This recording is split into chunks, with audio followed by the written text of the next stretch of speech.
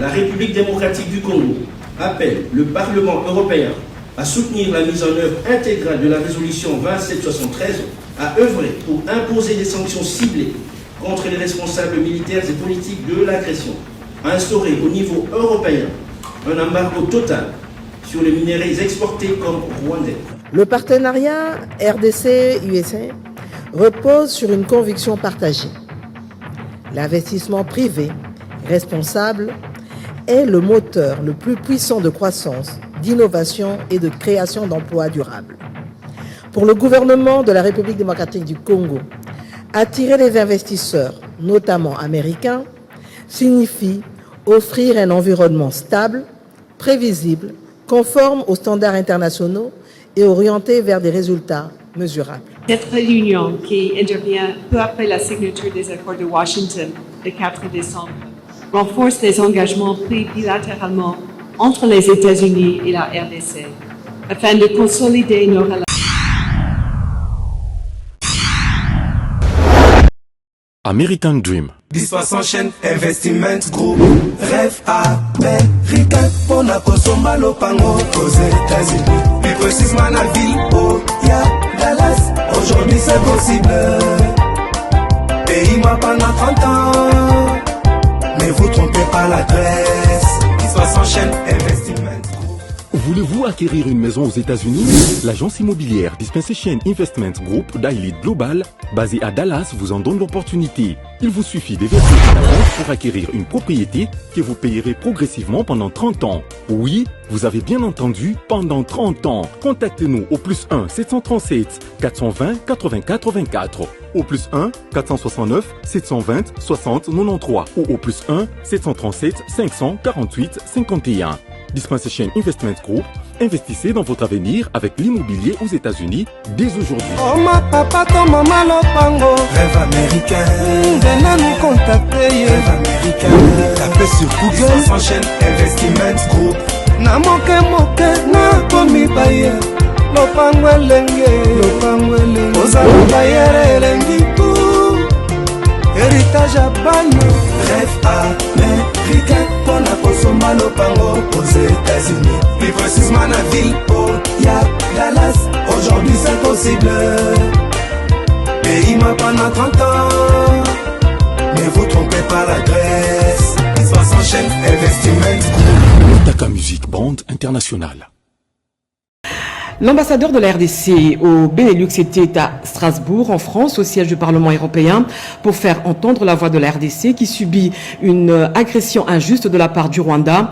Christian Ndongala dénonce la duplicité de Paul Kagame et rappelle l'impérieuse nécessité d'appliquer la résolution 2773 du Conseil de sécurité de l'ONU. Il accuse également Kigali de bafouer le droit international. Edith Chala pour ce reportage. Au Parlement européen à Strasbourg, l'ambassadeur de la République démocratique du Congo au Benelux, Christian Ndongala Nkunku, s'est exprimé le mercredi 17 décembre, 10 mois après son intervention en février, qui avait abouti à une série de sanctions à l'encontre du Rwanda et quelques personnalités de ce pays. Présidée par Hilde Woutmans, présidente de la délégation du Parlement européen auprès de l'Assemblée parlementaire Afrique-Union européenne, cette session était consacrée à un échange de vues concernant la violence persistante et la situation humanitaire dans l'Est de la République démocratique du Congo. En dépit des sanctions internationales, le conflit dans l'Est de la RDC, impliquant le M23 soutenu par le Rwanda, se poursuit et menace d'embraser toute la région. Jugée insuffisante, l'efficacité des sanctions pour forcer un retrait des troupes rwandaises de la RDC a montré ses limites, échouant à répondre aux attentes. La République démocratique du Congo appelle le Parlement européen à soutenir la mise en œuvre intégrale de la résolution 2773, à œuvrer pour imposer des sanctions ciblées contre les responsables militaires et politiques de l'agression, à instaurer au niveau européen un embargo total sur les minéraux exportés comme rwandais. La résolution 2773 demeure la boussole de l'engagement onusien et la RDC s'est adressée au Parlement européen le mercredi 17 décembre pour que cette résolution puisse être appliquée dans toute sa portée, sans ambiguïté ni exception. L'Union européenne doit assumer ses responsabilités, comme l'a rappelé l'ambassadeur de la RDC au Benelux, Christian Ndongala Nkunku, car c'est la crédibilité de la communauté internationale qui est en jeu. Lors du forum régional sur le dialogue interparti, réuni du 9 au 12 décembre, le deuxième vice-président du Sénat, Modeste Bahati, a appelé un dialogue franc entre partis politiques, dénonçant les dérives égoïstes tout en soulignant son rôle crucial pour la paix et la démocratie en Afrique. Sandra Nyangui et Gaylor Kimpianga pour ce reportage. Le président national statutaire de l'Alliance des forces démocratiques du Congo, AFDCA, l'honorable professeur Modeste Bahati Lukwebo, a conduit une importante délégation congolaise au Forum national sur l'échange de haut niveau entre pairs sur le dialogue interparti organisé à Maputo, capitale du Mozambique. L'honorable Modeste Bahati Lukwebo a mis en lumière plusieurs défis majeurs ayant retenu l'attention des nombreux participants. Il a également salué les organisateurs du forum, en particulier la fondation Marty Atisari, du nom de l'ancien président finlandais et prix Nobel de la paix. Fort de sa longue expérience politique et de la place qu'occupe l'FDCA sur la scène politique congolaise, Modeste Bahati Lukwebo a insisté sur l'importance capitale du dialogue dans la vie des peuples, soulignant que celui-ci demeure un outil essentiel pour la construction d'une nation forte et stable. Reconnaissant que les défis et les problèmes ne manquent pas, il a estimé que leur résolution passe nécessairement par un dialogue franc, inclusif et sincère. À cette occasion, il a dénoncé l'égoïsme de certains acteurs politiques dont les comportements, selon lui, alimentent les violences et des conflits souvent meurtris au sein de leur communauté. Face à ces dérives, l'ancien président du Sénat congolais et actuel deuxième vice-président de la Chambre haute du Parlement a exhorté les participants à réfléchir à des mesures coercitives appropriées à l'encontre des acteurs politiques au comportement déviant. Et de son côté, la première ministre Judith Suminwa a procédé ce jeudi à l'ouverture de la journée de réflexion organisée par AmCham RDC et l'ambassade des USA. Objectif, renforcer le partenariat économique entre Kinshasa et Washington. Un reportage d'Emmanuela Commissaire et Joe Coucou. La tenue de cette journée de réflexion constitue une étape symbolique majeure dans le renforcement du partenariat économique entre la RDC et les États-Unis.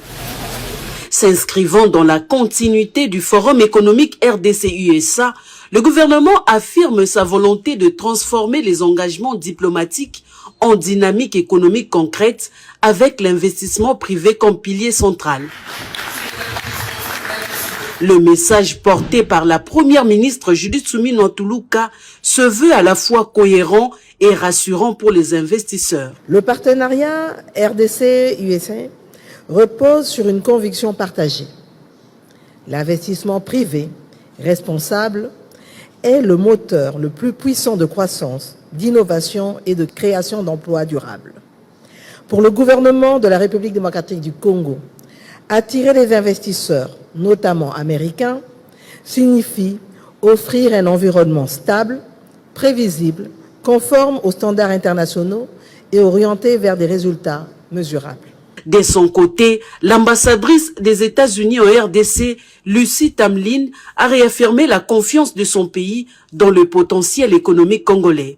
Cette réunion, qui intervient peu après la signature des accords de Washington le 4 décembre, renforce les engagements pris bilatéralement entre les États-Unis et la RDC, afin de consolider nos relations commerciales, d'améliorer le climat d'affaires et de créer un cadre privilégié respectant des normes élevées en matière de transparence, de bonne gouvernance d'entreprise, de respect des droits de travail et d'engagement en faveur de transfert de connaissances et compétences, formation et la création de valeur ajoutée. Le panel du jour a été marqué par les interventions des ministres du Plan, des Finances et de l'économie numérique. Plusieurs acteurs du secteur privé ont également pris part à ces assises, dont le président de la Fédération des entreprises du Congo. Sachez aussi que Judith Suminwa a clôturé hier la première édition des conférences annuelles de service public. C'était au nom du président de la République, Félix Antoine Tshisekedi. Le gouvernement Suminwa hausse le ton sur la réforme de l'État et le bien-être des fonctionnaires. La première ministre Judith Suminwa Tuluka a, au nom du président de la République, clôturé ce mercredi la toute première édition de conférence annuelle du service public. Un message clair a été adressé. Les recommandations ne resteront pas dans les tiroirs. Pendant 2 jours, responsables publics, experts et partenaires ont réfléchi à une administration plus compétente, plus intègre et résolument tournée vers le numérique. Des assises alignées sur le programme d'action du gouvernement avec un cap désormais précis, des objectifs chiffrés et des résultats mesurables. Depuis le début de son mandat, le président de la République a fait de l'amélioration des services publics une priorité constante. Cette ambition répond à une aspiration légitime et profonde de nos populations qui doivent bénéficier de services publics accessibles, performants, transparents et respectueux.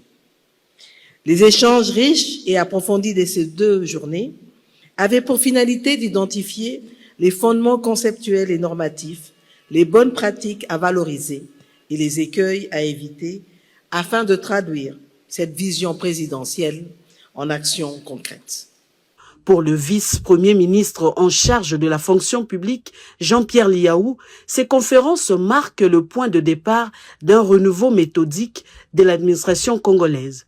Grâce à ces mécanismes, nous serons en mesure d'imaginer, de tester et de déployer des solutions innovantes capables de renforcer la célérité de l'action administrative et l'efficacité globale de l'État. Le temps fort de cette clôture, l'annonce de la création d'un fonds pour l'innovation et la modernisation de l'administration publique. Objectif, financer des projets concrets au bénéfice direct des usagers. À l'occasion des festivités marquées par des conflits dans l'Est de la RDC, le vice-premier ministre de l'Intérieur, Jacques Machabane, a fait un rappel de troupes lors de la 2e réunion du comité provincial de sécurité élargie. Il a exhorté les gouverneurs à convoquer en urgence leurs conseils provinciaux de sécurité. Bobo Anan Mokonzi nous en dit plus. Bourgmestre de commune, chef de quartier, police, migration, bref, tout acteur étatique et non étatique intervenant dans la gouvernance sécuritaire a convergé vers la salle de conférence du Palais du Peuple. La 2e réunion du comité provincial de sécurité élargie avec à Kinshasa, présidée par le vice-premier ministre, ministre de l'Intérieur et Sécurité, Jacquemin Chabani-Louko. Cette conférence se veut un cadre qui met l'homme au centre de la sécurité avec pour objectif de battre le rappel des troupes et donner de nouvelles orientations à la veille des festivités de fin d'année. Nous sommes dans la capitale. Le ministère de l'Intérieur a pris l'initiative de se retrouver avec la ville-province de Kinshasa, le gouverneur, les bourgmestres des communes, les chefs de quartier, pour identifier, analyser, trouver des solutions aux différentes causes et indicateurs de l'insécurité dans la ville-province de Kinshasa. Ce qui fait que nous sommes retrouvés dans ce format assez large et riche, avec non seulement les responsables des entités, mais aussi les responsables des différents services de sécurité pour qu'ensemble nous puissions faire cette séance de travail très enrichissante où nous avons partagé toutes ces questions, pris certaines résolutions qui nous rassurent que les Kinois vont passer les festivités dans des conditions de sécurité les meilleures.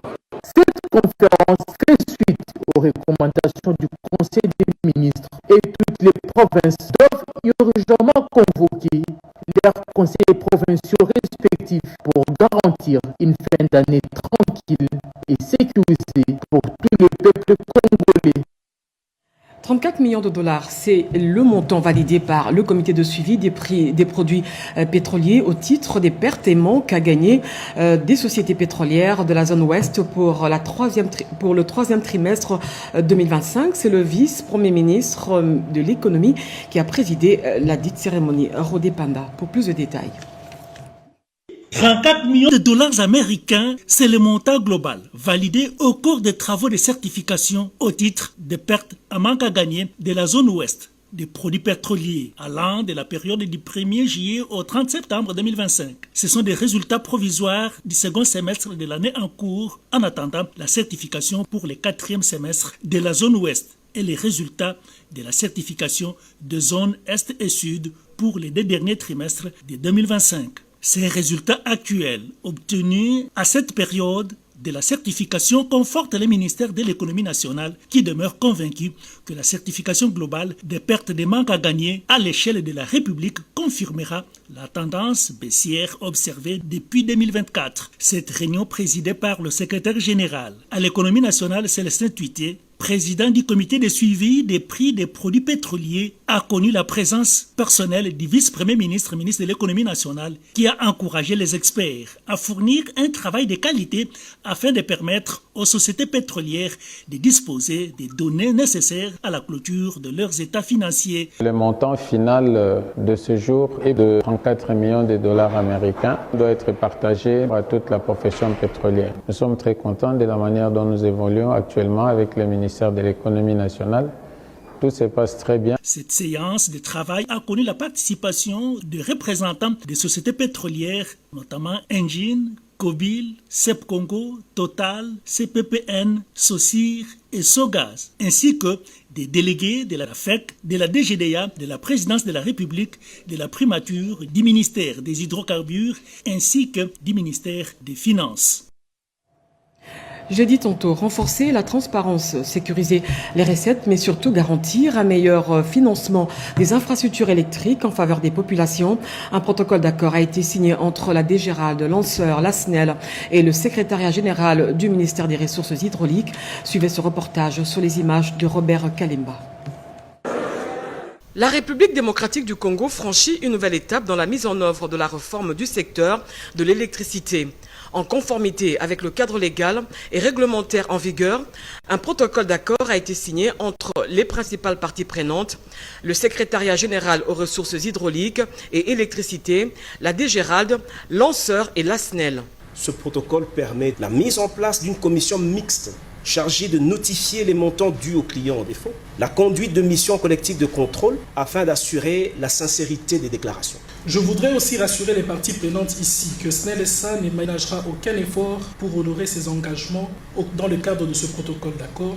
La cérémonie a été marquée par la présentation des clauses du protocole, suivie de la lecture du procès-verbal qui définit les modalités pratiques de déclaration, de perception et de contrôle de la redevance sur la consommation d'électricité par les clients finaux.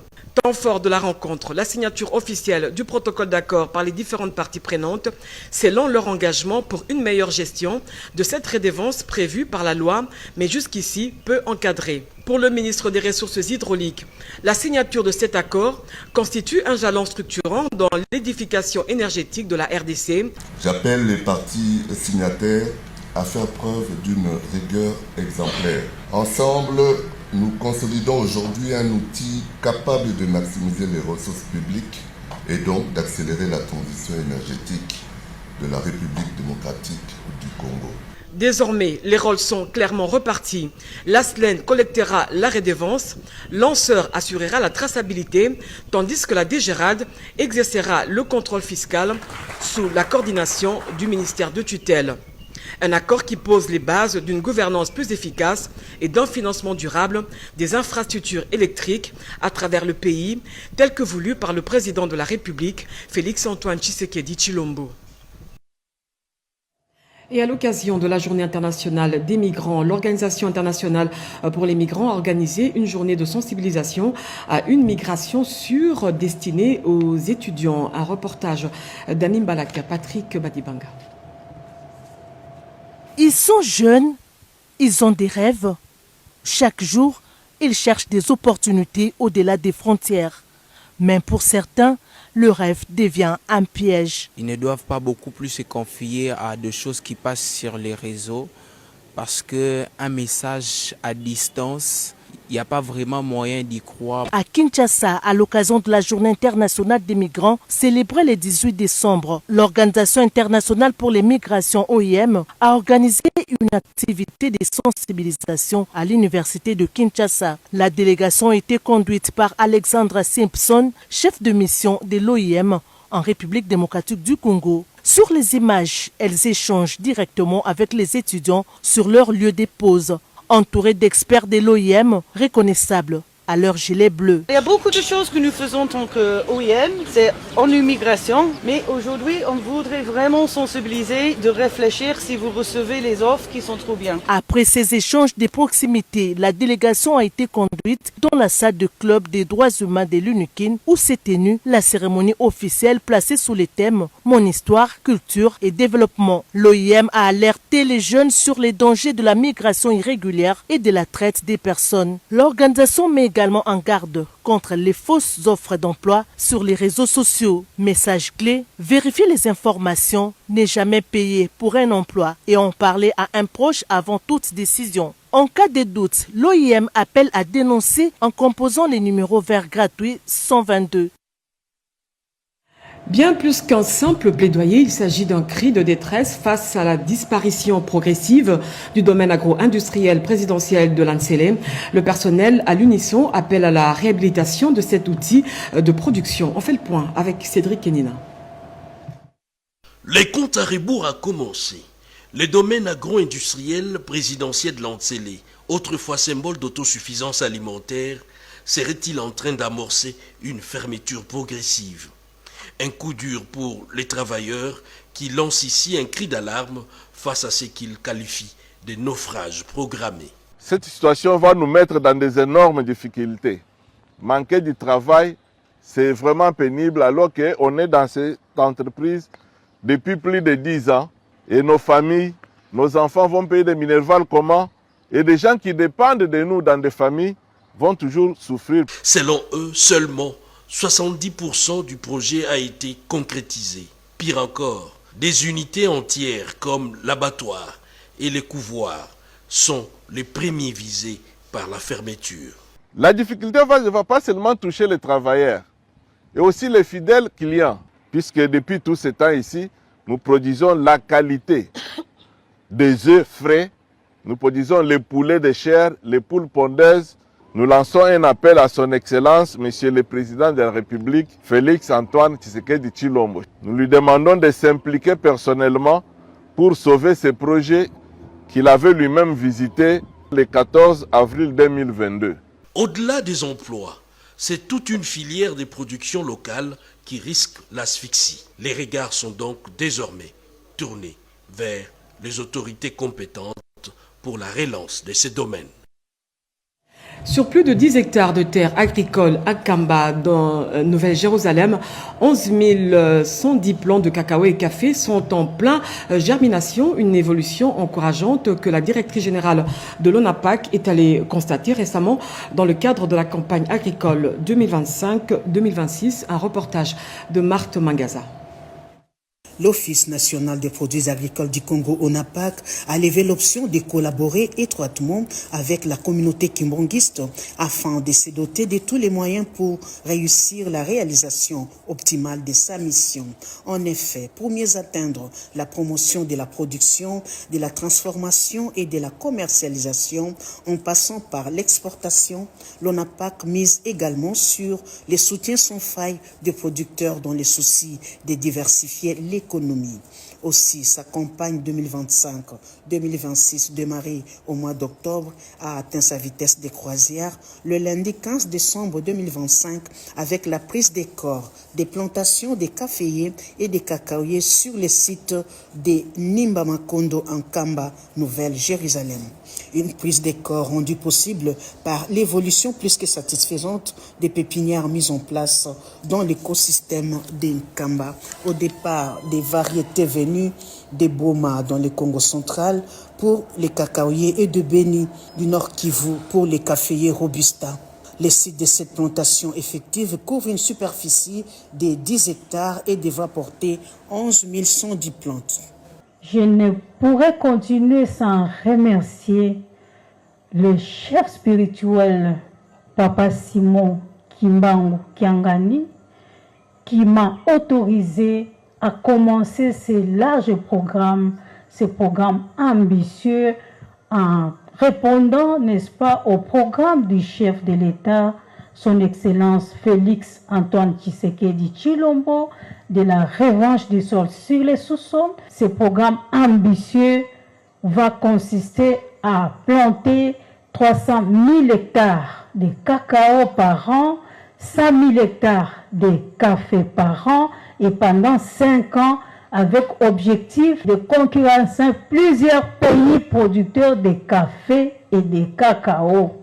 À noter que le partenariat avec la communauté kumanguiste va au-delà de la simple production. Elle vise aussi la structuration complète de toutes les chaînes de valeur autour du cacao et du café. Nouvelle avancée dans la coopération entre Kinshasa et Pékin. L'Office de gestion du fret multimodal a inauguré sa première représentation en Chine, au cœur de Shanghai. L'objectif est de rapprocher la logistique congolaise des grands pôles économiques asiatiques. Narcisse Makani et Eric Kabamba. C'est une première pour la RDC. L'une de ces entreprises vient de poser ses valises dans ces grands bâtiments situés dans la ville de Shanghai en Chine. L'Office de gestion du fret multimodal a désormais sa représentation dans la ville. La cérémonie inaugurale a été présidée par le directeur général de l'OGEFREM, William Kazumba Mayombo, en présence de l'ambassadeur de la RDC en Chine, François Baloumouene. Le dévoilement de la plaque OGEFREM China a marqué l'entrée officielle de cet établissement congolais dans l'un des plus grands importants hubs logistiques mondiaux avec près de 50 millions de conteneurs traités chaque année. Notre ambition est claire, bâtir des chaînes d'approvisionnement résilientes, transparentes et efficientes, capables de libérer les potentiels économiques de notre région. Ces choix stratégiques pour le GEFREM visent à rapprocher les opérateurs asiatiques des opportunités économiques de la RDC, notamment dans les secteurs miniers, agricoles, forestiers, a dit le directeur général de l'OGEFREM.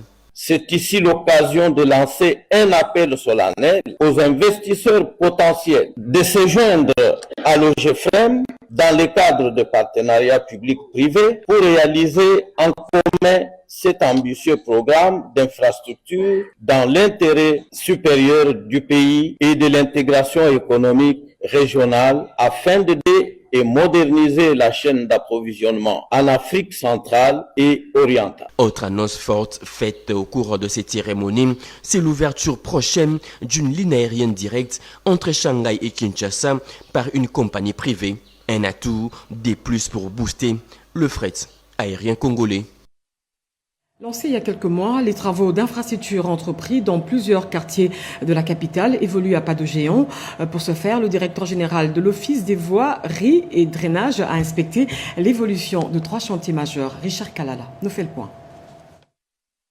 Pour s'assurer du bon déroulement des travaux d'infrastructure lancés il y a quelques mois dans la ville de Kinshasa, le directeur général de l'Office de voiries et drainage, Victor Tumbachikela, a effectué mercredi 17 décembre une visite d'inspection sur 3 chantiers majeurs dans le district de la Tchangou. Sur l'avenue BAT, un projet de 2 km dont l'un entièrement asphalté, sur l'autre, la couche de base est posée et les travaux de canalisation sont terminés. Même dynamique observée sur la route Moukoko, longue de 1270 mètres pour 9 mètres de largeur, dotée de 2 caniveaux latéraux. Autre point d'arrêt, le site de Kimbonseke, où une érosion menaçait une conduite stratégique de la régie des eaux. Des digues sont en cours d'aménagement pour maîtriser le glissement de terrain. Des avancées jugées significatives pour le directeur général de l'Office des voiries et drainage. Notre ministre a un terme qu'il utilise souvent. Nous sommes en train de faire la croisade aux érosions. Après un certain temps, il était tout à fait indiqué pour nous de venir voir comment évoluent les travaux. Je crois que le rythme est bon. Nous les encourageons encore d'aller de l'avant, de façon à pouvoir terminer très rapidement les assainissements et d'attaquer la chaussée. Ces interventions s'inscrivent dans le cadre du programme d'urgence du gouvernement visant à améliorer les infrastructures urbaines et à renforcer la résilience de la ville face aux intempéries. La RDC, à travers sa cour constitutionnelle, va accueillir le 8e congrès en 2026, ici à Kinshasa. Dans cette perspective, Dieudonné Kamuleta, président de la cour constitutionnelle, a reçu une délégation du secrétariat général permanent des échanges qui ont porté sur l'organisation logistique. Edith Chala.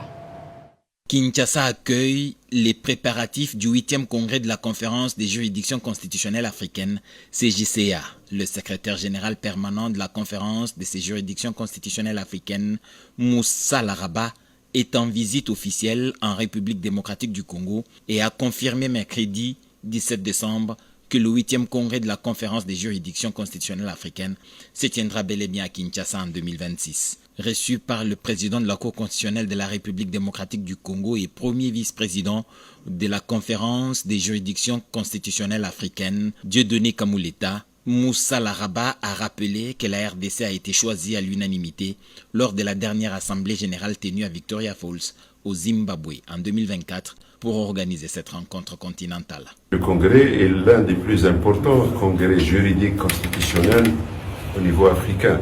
Il y aura au moins 50 pays qui vont venir, d'Afrique, d'Asie, d'Europe, d'Amérique du Sud, qui vont participer à ce congrès. En plus, des organisations régionales et internationales qui activent dans le domaine de la justice constitutionnelle. Et je repars confiant quant à l'engagement et l'implication de la Cour constitutionnelle de la République démocratique du Congo et des autorités de ce pays. Donc, nous conjuguons tous nos efforts pour que ce congrès soit une réussite pour la RDC et pour l'Afrique aussi. L'organisation du précédent congrès ayant été assurée par le Zimbabwe, une mission conjointe a été menée par les représentants de ce pays et ceux du secrétariat général permanent basé à Alger. L'RDC renforce son système de santé avec la construction des nouveaux hôpitaux et centres de santé lors de la conférence annuelle du service public. Roger Kamba, ministre de la Santé publique, s'est félicité de ces avancées significatives. Robert Ndaye et Turbo Chimanga. La couverture santé universelle érigée en priorité nationale par le président de la République Félix-Antoine Tshisekedi Tshilombo vise à garantir à chaque Congolais l'accès à des soins de santé de qualité et sans risque de difficultés financières. Le propos sont du ministre de la Santé publique, Dr Samuel Roger Kamba, à l'atelier sur l'état d'avancement et les perspectives de cette couverture santé universelle. Chiffre à l'appui, Dr Samuel Roger Kamba a fait un diagnostic sans complaisance du système de santé en République démocratique du Congo avant la mise en place de cette couverture santé universelle. Il y avait la faible qualité des soins, la vétusté des infrastructures hospitalières. Face à ces défis, affirme le ministre de la Santé publique, la couverture santé universelle est perçue comme une réforme majeure visant à réduire la morbidité et la mortalité et l'augmentation de l'espérance de vie en République démocratique du Congo. Dans cette présentation, Dr Samuel Roger Kamba évoque les résultats concrets enregistrés, la gratuité de la maternité, l'amélioration et la construction des infrastructures telles que le centre hospitalier universitaire Renaissance à Kinshasa, le centre hospitalier Félix-Antoine Tshisekedi Tshilombo à Lubumbashi, ainsi que la réhabilitation de plusieurs centres de santé et hôpitaux. La couverture santé universelle constitue un investissement stratégique pour l'avenir de la République démocratique du Congo. Cette première édition de la conférence annuelle de services publics a permis aux participants de se faire une idée sur les réalisations enregistrées dans le secteur de la santé. Et puis le Fonds de promotion de l'industrie a réuni dans la ville de Guémena les opérateurs économiques, entrepreneurs et jeunes porteurs des projets lors d'une journée d'échange consacrée à l'industrialisation de la province. Le but est de poser les bases d'un nouveau pôle de transformation industrielle dans le nord-ouest du pays. Alain Bikaï. Cette rencontre stratégique a été présidée par le directeur général adjoint du Fonds de promotion de l'industrie, FPI, Blaise Mastaki Birindoa. Elle a été officiellement ouverte par les représentants du gouverneur de province qui a salué l'initiative et invité les acteurs économiques à s'approprier les mécanismes de financement mis en leur disposition. Dans son intervention, le DGA du FPI a rappelé la mission de son établissement, accompagner, structurer et financer l'industrialisation de la RDC, tout en reconnaissant les retards industriels du Sud-Ubangi. Le FPI se positionne désormais comme un partenaire de proximité pour les entrepreneurs locaux.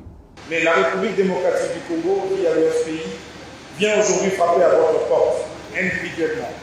Pour vous dire, vous avez peut-être investi dans un autre secteur, mais pensez aussi à l'industrie parce que nous avons de l'argent pour vous. Et cet argent, c'est le fonds de promotion de l'industrie qui le gère.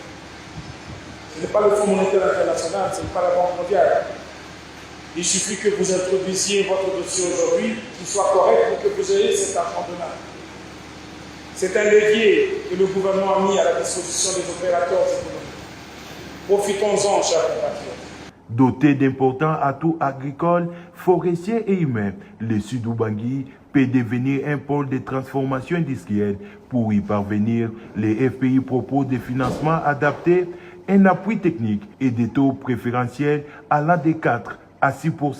La FEC a plaidé pour un partenariat renforcé. Et pour terminer, comme annoncé, la marche pacifique de l'Union sacrée aura lieu ce vendredi 19 décembre, suivant le programme prévu, avec comme point de chute le Palais du Peuple. Le secrétaire permanent de l'Union sacrée, André Mbata, invite toutes les associations et regroupements politiques de l'Union sacrée de la nation à soutenir le président de la République, Félix Tshisekedi, tout en exigeant le retrait des troupes rwandaises du sol congolais. Robert Ndaye et Turbo Chimanga. À 24 heures de la tenue de la grande marche pacifique ce vendredi 19 décembre 2025, conformément aux dispositions de l'article 26 de la Constitution, marche organisée par l'Union sacrée de la nation pour réitérer les soutiens inconditionnels aux institutions de la République et au chef de l'État Félix Antoine Tshisekedi Tshilombo, haute autorité politique de l'Union sacrée de la nation. J'appelle toute la jeunesse, toutes les 4 fédérations, Lukunga, Moamba, Funa, et quand je parle, ils me comprennent. Et je vous demande qu'on se retrouve, le rendez-vous est unique, pour la marche, pour la réussite, et surtout pour démontrer que le président de la République reste l'homme le plus populaire de la République démocratique du Congo, malgré la méchanceté de certains d'entre nous. Donc, le rendez-vous est pris pour ces 19. Soyons tous là-bas, et donc les carottes sont cuites. Le secrétaire permanent, le professeur André Mbata Betoukoumé Somango, multiplie les rencontres avec les associations et regroupements politiques pour peaufiner des stratégies avec Amissi Makutano, président de la Ligue des jeunes de l'Union pour la démocratie et le progrès social. André Mbata a expliqué les raisons de cette marche pacifique pour exprimer l'approbation de l'Union sacrée à l'accord de paix signé à Washington visant à mettre fin à la guerre d'agression à l'est de la RDC. Le président du conseil d'administration de l'OGFREM a signé en même temps la charte et les règlements intérieurs de l'Union sacrée de la nation. Le professeur André Mbata appelle les regroupements politiques, les membres du présidium et acteurs politiques qui soutiennent la vision du président de la République à se retrouver ce vendredi 19 décembre 2025 à partir de 9h. Avec la diplomatie qui vient de déployer, aujourd'hui nous avons vu, malgré les sabotages que les ennemis ont voulu manifester, mais la diplomatie a payé. C'est ainsi que demain, nous demandons Asbel, Fatih Développement, district de Lukunga, Mwamba, Funa, tous les districts, vous devez être là. Une mobilisation massive. Pour cette marche pacifique, suivant l'itinéraire suivant, première illuminée, boulevard Sendoué, avec comme point de chute le palais du peuple. Kokutanana Mokozi, pour confirmer marche à lobby, pour le soutien et à Mokozi Amboka, chef de l'État, le président Félix Antoine Tshisekedi Tshilombo. American Dream. Dispoisson chaîne Investment Group. Rêve américain pour la consommer lopango aux États-Unis. Plus précisément la ville où il y a Dallas. Aujourd'hui c'est possible. Pays-moi pendant 30 ans. Ne vous trompez pas l'adresse. Dispoisson chaîne Investment. Voulez-vous acquérir une maison aux États-Unis? L'agence immobilière Dispensation Investment Group d'Elite Global, basée à Dallas, vous en donne l'opportunité. Il vous suffit de verser une avance pour acquérir une propriété que vous payerez progressivement pendant 30 ans. Oui, vous avez bien entendu, pendant 30 ans. Contactez-nous au +1 737 420 80 84, au +1 469 720 60 93 ou au +1 737 548 51. Dispensation Investment Group, investissez dans votre avenir avec l'immobilier aux États-Unis dès aujourd'hui. Oh ma papa, ton maman lopango. Rêve américain. Venez nous contacter. Rêve américain. Tapez sur Google. Dispensation Investment Group. Na moke na komi baye. Lopango elenge. Lopango elenge. Japano. Rêve américain pour la consommer lopango aux États-Unis. Plus précisément la ville au Dallas. Aujourd'hui c'est possible. Pays m'a pendant 30 ans. Ne vous trompez pas l'adresse. Ils sont sans chaîne Investiment Group. Taka Music Band International.